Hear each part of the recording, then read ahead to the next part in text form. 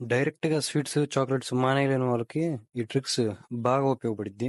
ఒకవేళ మానేసినా ఏదో ఒక టైంలో తినాలనిపించిద్ది.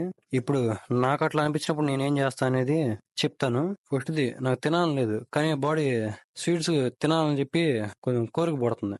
నోరు ఊరుతుంది.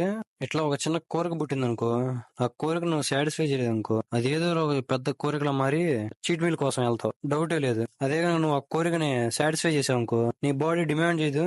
నాకు కావాలి కావాలి అని చెప్పి ఇంకా అక్కడతో ఇంకా ఆగిపోయిద్ది. నువ్వు చీట్ మీల్ చేయకుండా ఉంటావు. ఇట్లా అనిపించినప్పుడు నాకు ఇంట్లో ఒక కివి ఫ్రూట్ ఒకటి తెచ్చుకుంటావు బాక్స్. ఈ బాక్స్ ఈ ఫ్రూట్ తినడం వల్ల దీంట్లో స్వీట్ ఉండిద్ది. ఈ స్వీట్ అనేది షుగర్స్ లా అనిపించింది. ఇది తినడం వల్ల నాకు ఒక సాటిస్ఫాక్షన్ వచ్చింది. షుగర్ గానీ స్వీట్ గానీ అట్లా తిని దీంట్లో క్యాలరీస్ కూడా తక్కువ ఉంటాయి. మళ్ళీ హెల్త్ కూడా మంచిది. ఇది బెస్ట్. ఇట్లా తగ్గాలి అనుకున్నప్పుడు ఇప్పుడు ఇది తిన్నానుకో, దీనివల్ల నాకు తినాలనే కోరిక ఏదైతే ఉందో ఆ కోరిక సాటిస్ఫై అయిపోయింది. ఇంకా ఒక 1 వీక్ 2 వీక్స్ లేదా 1 మంత్ కూడా నాకు తినాలనిపించదు. ఇప్పుడు కొన్ని మంత్స్ కి ఈ స్వీట్స్ తినాలనే ఒక ఆశ పోయిద్ది. ఎందుకంటే ఆ టేస్ట్ నువ్వు మర్చిపోతావు. ఇప్పుడు స్వీట్స్ అనేది ఎట్లా ఉంటాయో టేస్ట్ కూడా నాకు తెలియదు. ఎందుకంటే కనీసం ఒక 6-8 months నుంచి నేను తింటలేదు స్వీట్స్ అనేది. ఈ బాక్స్ ఒకటి ఇంట్లో కొన్ని ఊరకు అట్ట పడేయండి. ఇప్పుడు నేను తినాలని అనిపించినప్పుడు ఈ స్వీట్స్ కానీ చాక్లెట్లు కానీ డైరెక్ట్ మీరు దీన్ని తినేసారు అనుకోండి, మీ బ్రెయిన్ సాటిస్ఫై అయిపోద్ది.